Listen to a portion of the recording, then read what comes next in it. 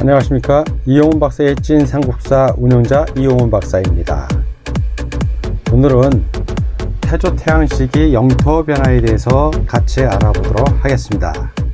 자, 이제 시작하겠습니다. 태조 태양의 즉위원년입니다. 즉위원년 서기 53년이고요. 첫 해를 말하죠. 태조 태양이 태어난 해는 서기 47년이고 이름은 궁입니다. 부친은 제사이고 유리명왕의 아드님이십니다. 즉위해는 서기 53년 11월이고요. 모본 태왕이 죽었으나 태자가 불초하여 국정을 운영할 수 없었기에 나라 사람들이 궁을 맞이하여 모본 태왕의 뒤를 이어 태왕으로 삼았다. 그리고 태왕이 태어났을 때의 특징, 태어날 때부터 눈을 뜨고 볼 수 있었다. 그만큼 태조 태왕이 위대하다는 얘기를 이렇게 표현하는 겁니다. 어린 나이에도 출중한 면모가 보였다. 3. 즉위할 때의 나이가 7살에서 태후가 수렴청정하였다. 그래서 태조 태양 즉위 원년의 국경은 모본 태양 돌아가시던 해 모본 6년하고 똑같습니다. 자, 다음은 태조 태왕 3년식입니다. 서기 55년 3년 2월 요소의 십성을 쌓다. 자, 요소의 십성을 쌓습니다. 요소 십성, 쌓음입니다. 쌓음. 뺏었다 이거 아니고 쌓았다는 얘기입니다. 자, 요소의 십성을 위치를 보면 일단 지도를 보면 요 지역을 먼저 판단합니다. 요 태행산맥이라고 그랬고요. 이게 요입니다. 그 요의 서쪽 지역을 말하고요. 요서 거기에 10개의 성을 쌓은 겁니다. 내용을 보겠습니다. 1. 내용 태조 태양 제3년 2월 서기 55년 2월에 요소 지역에 10개의 성을 쌓았다.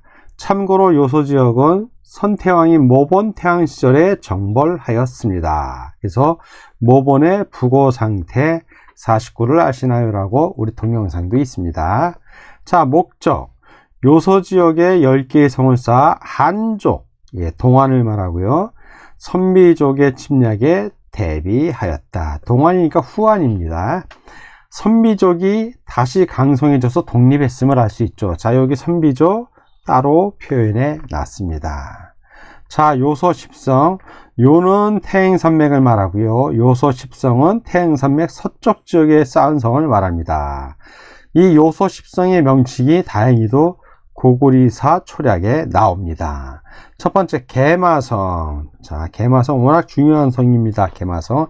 다음 하성. 황하줄기에 있는 성을 말하고요. 세 번째 구리성. 네 번째 고현성. 다섯 번째 남구성. 남쪽에 입구니까 요소 지역 남쪽에 있음을 유추할 수 있습니다. 자몽. 자몽성입니다. 일곱 번째 구려성이고요. 여덟 번째 거란성. 자, 거란이란 말이 이때도 나옵니다. 이미 서기 55년 태조 태양 3년에 거란이란 말이 나오는 걸로 봐서 거란족이 이때도 있었음을 우리가 유추할 수 있죠. 훗날 거란족이 고구려를 자신들은 물려받았다고 얘기하는 것이 이미 삼국사기 서기 55년의 기록에 나오는 것으로 알 수 있습니다. 아홉 번째 하양성, 열 번째 서안평, 서쪽의 안평이죠. 그래서 지도의 안평 지역이 한 이쯤 되는데 이쪽에 서쪽이다. 그래서 저는 요소 지역성 바로 앞부분에 안평마을이라고 있습니다. 책보고에 왜곡된 한국사 복원지도를 보면 나오는데 그 안평마을을 이용훈의 찐삼국사에서는 서안평으로 봅니다. 자, 이렇게 태조 태양 3년을 정리하겠습니다. 자, 다음은 태조 태양 4년의 영토입니다. 태조 태양 4년 7월에 동옥저. 자, 동옥저니까 옥조의 동쪽 지역 이쯤을 말합니다. 동옥저가 반란을 일으킵니다. 그래서 태조 태양 제4년 7월에 서기 56년 7월에 동옥조의 반란을 진압하고 그 땅을 빼앗아 성읍으로 삼았다. 직접 관리한다는 얘기죠. 결과 영토를 넓혀 동쪽으로는 창해에 이르고 푸른 해고요. 남쪽으로는 살수에 이르렀다. 살수는 우리 한국말에 살 있죠. 피부색. 네, 그 살수, 살색의 강물을 말합니다. 이르렀다. 그래서 동해와 창해에 대해 설명을 하면 저 이용원 박사의 찐 삼국사는 창해를 한반도 동쪽의 푸른 동해바다 이쪽으로 보고요. 고구리 본기에 나오는 동해는 동쪽의 해니까 대륙 동부 해안, 산동반도 남쪽에 또 현재 동해안이 있습니다. 대륙 동부의 해안을 말하는 것으로 본다. 동해를 말하는 것으로 봅니다. 자, 태조대왕 4년의 영토에 대해서 알아봤습니다. 자, 다음은 태조태양 16년입니다. 16년. 갈사왕이 항복하다. 자, 갈사국을 간단하게 보겠습니다. 갈사국은 대무신 태양 5년에 여름 4월 동부여왕 대소의 막내 동생이 갈사의 물가, 즉 갈사수조 도착하여 세운 나라입니다. 항복. 갈사국이 세워진 후 46년이 지난 후 태조태양 16년 서기 68년 가을 8월에 갈사국이 독립적인 나라를 유지할 수 없게 되었습니다. 그래서 결국 갈사왕이 손자인 도두가 나라를 들어 항복합니다. 태조태왕은 도두를 우태로 삼았습니다. 고구려에 관직을 준 거죠. 우태는 고구려의 관직 12품 중 4품 상대부에 해당하는 고위직입니다. 그래서 고구려의 관직은 찐 삼국사 만화 52화 하단부를 참고하시고요. 그리고 소형이라는 자기와 한성 각자가 나오는데 평양성의 원래 이름이 한성이라는 게 평양성 벽돌에서 나옵니다. 그리고 이 자세한 내용은 찐 삼국사 네이버에 있던 찐 삼국사 52화 하단부를 참조해 주시기 바랍니다. 자, 다음은 태조태왕 20년 서기 72년입니다. 태조태왕 20년 조나를 정부다. 조나국이 반란을 일으켜서 정벌을 하는 겁니다. 내용. 태조태왕 20년 서기 72년 동부여의 속국 조나가 반란을 일으켰다.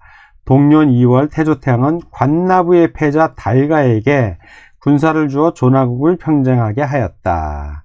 결과 고구리사 초록에 따르면 달가는 목탁과 함께 조나국의 반란을 평정하고 조나국의 왕을 사로잡았다. 조나국을 평정한 후 목탁이 조나국의 공주 조나왕녀 창을 처로 삼는다. 자, 해석. 삼국사기에는 조나국 왕을 죽였다는 기록이 없고 고구리사 초락에는 목탁 장군이 조나국 공주를 처로 삼은 것으로 봐서 고구리가 조나국을 제후국으로 삼은 것으로 볼 수 있습니다. 자, 태조태왕 16년에 갈사국이 나라를 운영할 수 없어서 이제 바치는데, 그리고 나서 4년에 조나국의 반란을 일으킨 걸로 봐서는 조나국과 갈사국 주변의 동부의 제후국들이 갈사국을 침입한 걸로 유추해 볼 수도 있습니다.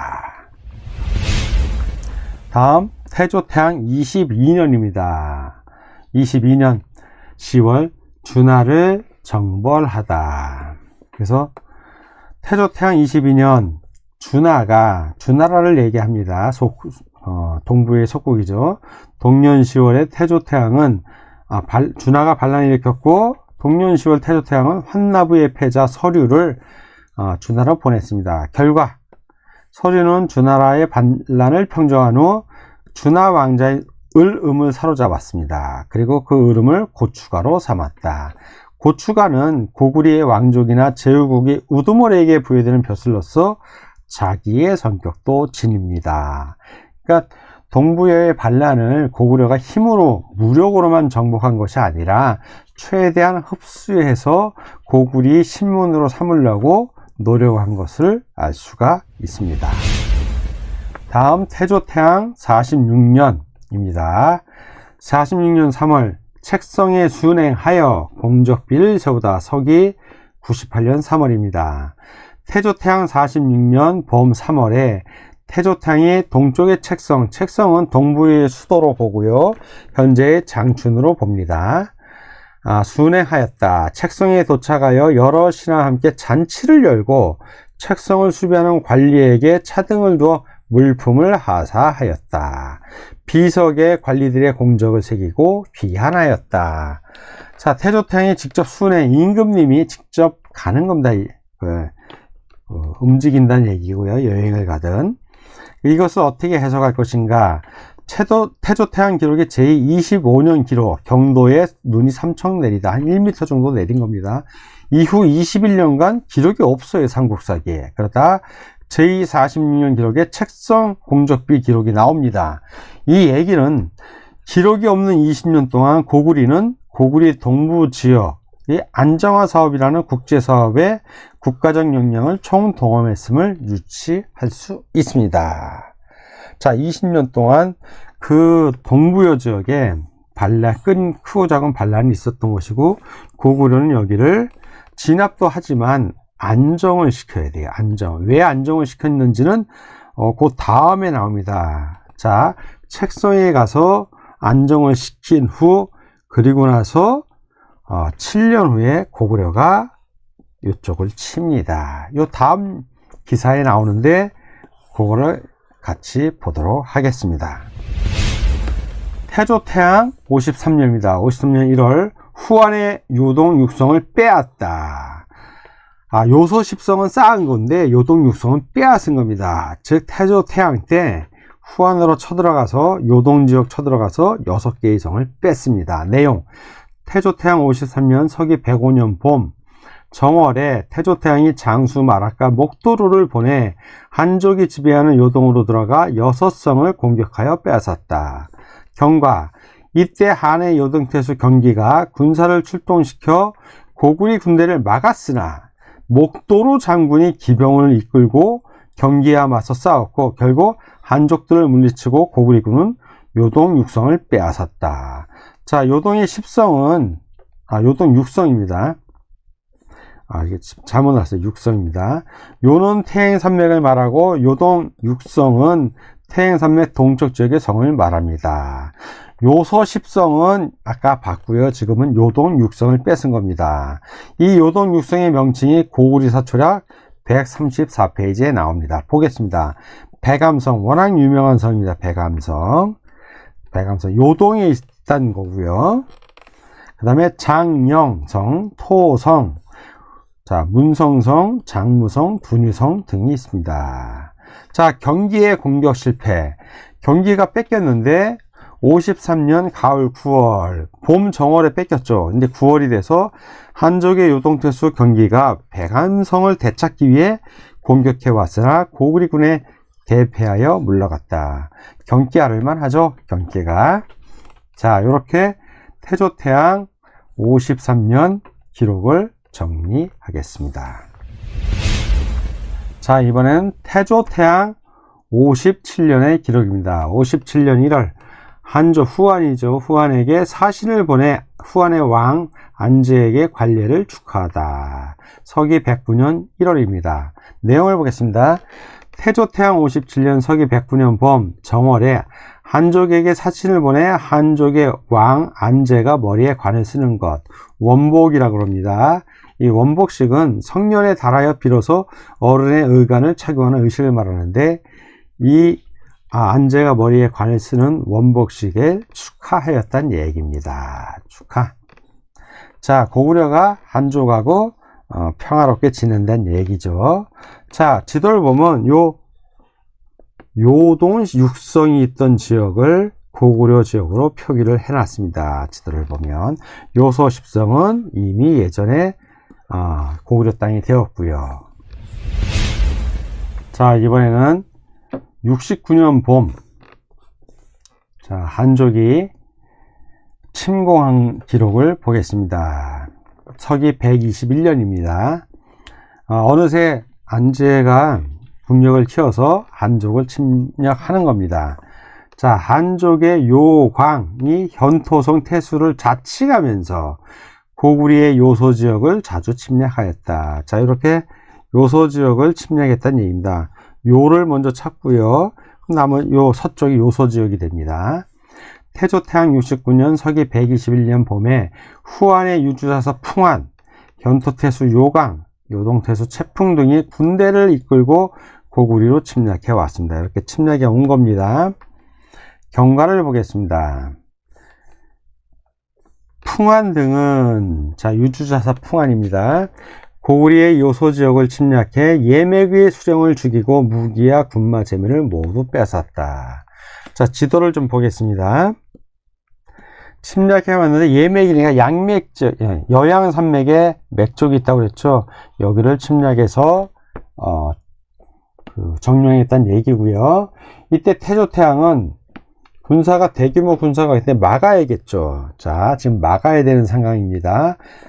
지금 고구리의 요소 지역을 침략해서 한족이 점령을 해 나가고 있는 상태입니다. 그래서 태조태양이 급히 동생 수성에게 병사 2,000명을 줘서 풍한과 요강 등을 공격하게 합니다. 막으란 얘기죠. 그래서 수성이 한족 군영에 사신을 보내 거짓으로 항복하겠다고 하자 풍한들이 이를 믿었습니다. 왜? 적은 병력으로 대규모 병력을 막으려니까 이렇게 상대를 속이는 전략을 쓰는 것이죠. 이에 따라 수성은 험준한 곳에 의지하여 태조태양이 대군을 거느리고 올 때까지 한족의 대군을 막을 수 있었습니다. 수성이 태조태양의 동생인데 적은 군사로 이끌어가서 막으니 고구려 한족 입장에서는 공격할 수 있는데, 이때 수성이 자기도 태조태양에게서 이런 대접받으면 안 되는데 실망했다 그러면서 항복하겠다고 하니 풍한이 방심을 하게 된 겁니다. 그래서 수성은 요걸 기회로 항복한다 하면서 상대를 속이면서 한족의 진군을 막았고요. 또한 수성은 몰래 군사 3,000명을, 그러니까 2,000명이 데리고 왔지만 3,000명이 돼서 또 충원이 됐다는 얘기죠. 현토와 요동 두 군으로 보내 공격하였고 그 성곽들을 불태우고 2,000여 명을 죽이거나 사로잡았다. 현토와 요동 지역이 이제 이 요동 지역도 이렇게 공격해 온 거고 현토 지역도 공격해서 이들이 점령한 상태에 있는데, 수성이 이것을 막으면서 몰래 따로 군사를 보내서 이쪽을 다시 빼앗았다는 얘기입니다. 이번에는 태조태왕 69년 서기 121년입니다. 69년 4월 선비와 연합하여 한족을 공격하다. 태조태왕이 먼저 공격을 받았죠. 바로 69년 정월에. 그래서 4월이 되니까 수성이 3개월을 막은 겁니다. 일부 탈환도 하고요.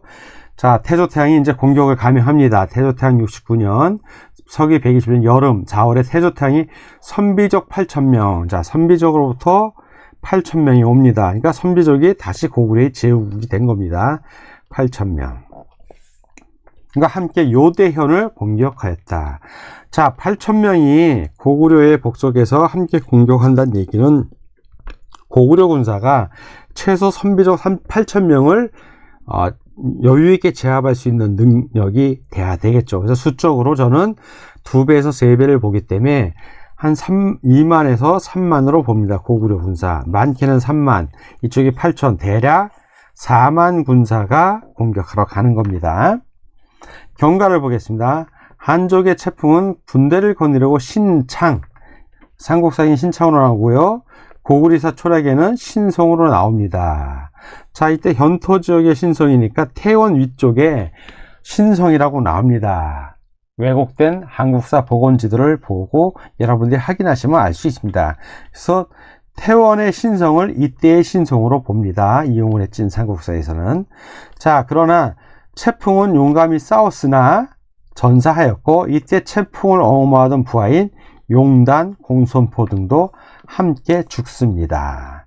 그리고 이 당시 전투에서 신성전투죠. 신성전투에서 참수된 한족의 장수들의 수는 100여 명에 이릅니다.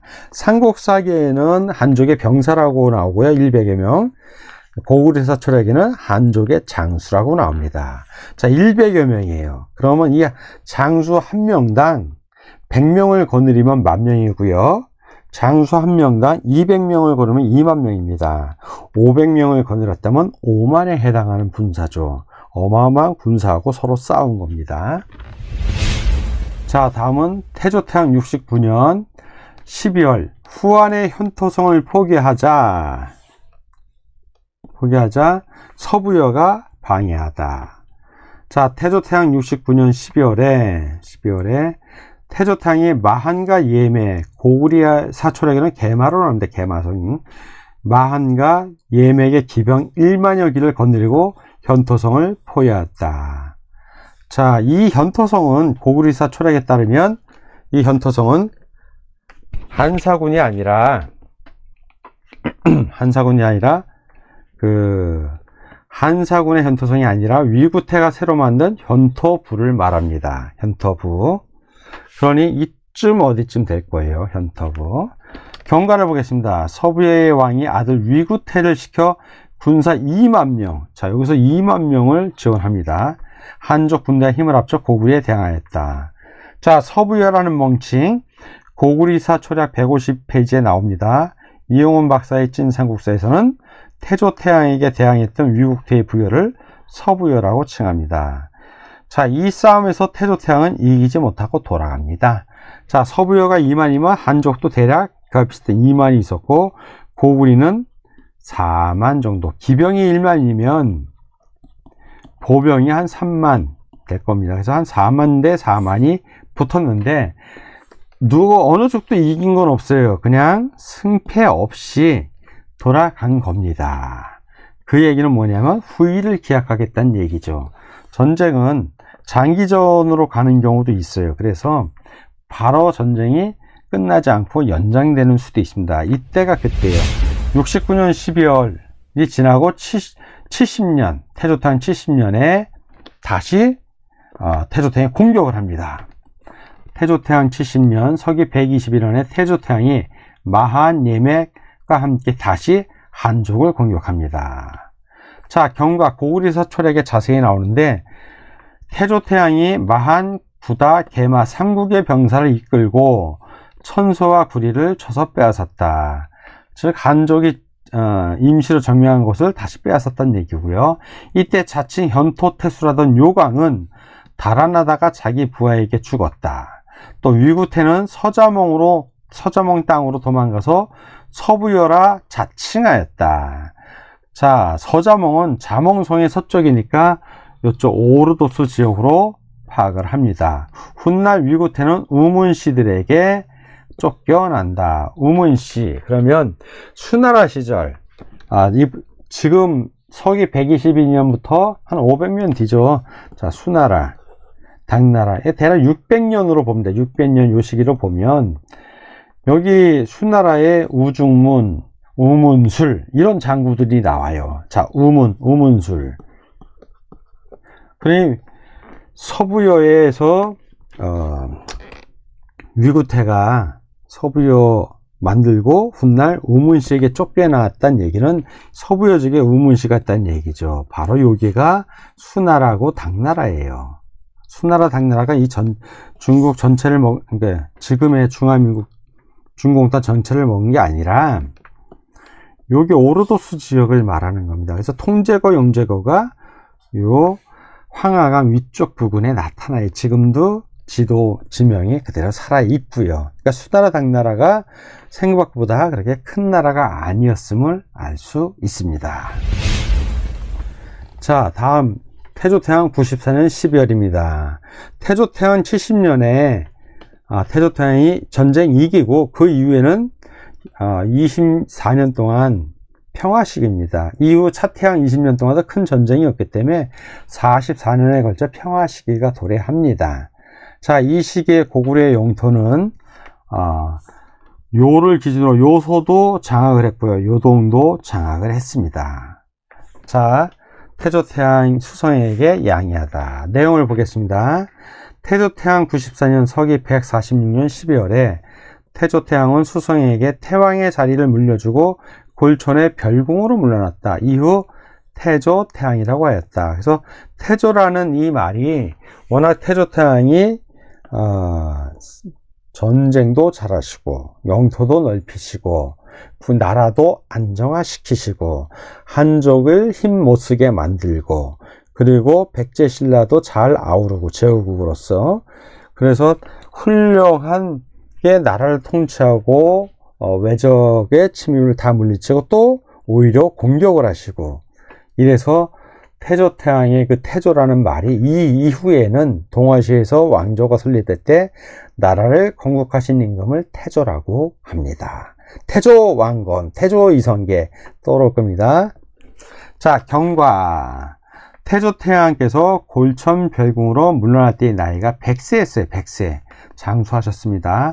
이후 상황, 황제 위의 황제. 그래서 상황. 그리고 이용훈의 찐삼국사는 선태왕이랍니다. 태왕 이전에 태왕이셨기 때문에 선대의 태왕, 선태왕으로서 19년을 더 사십니다. 차태왕 제20년 서기 165년 3월에 상왕이신 태조태왕이 119세로 돌아가시고 차태왕 역시 그해 10월에 명림다프가 일으킨 쿠데타에 의해 사망합니다. 언뜻 보면 그런 일설도 있어요. 뭐냐 하면 차태왕 수성이 태조태왕의 아들이었고 나이가 20살 이상 차이가 나니까요. 그리고 요때 두 분 다 죽을 때 쿠데타한 세력이 태조태왕과 차태왕을 제거하고 그리고 마치 차태왕이 폐악질을 저질러서 물러난 것처럼 물러날 수밖에 없는 것처럼 역사를 꾸몄다라고 해석하는 사람도 있는데 어쨌든 우리 삼국사기 정사에는 그렇게 나오지 않고요. 고구리사 철학에도 그렇게 나오지 않기 때문에 그런 설이 있다는 정도로만 알려드립니다. 자, 이렇게 태조태왕 원년부터 태조 94년까지 같이 알아봤습니다. 자, 오늘 저와 함께 이용훈 박사의 찐삼국사에서 태조태왕 시기의 영토 변화에 대해서 같이 알아봤습니다. 다음 시간에 뵙겠습니다. 안녕히 계십시오.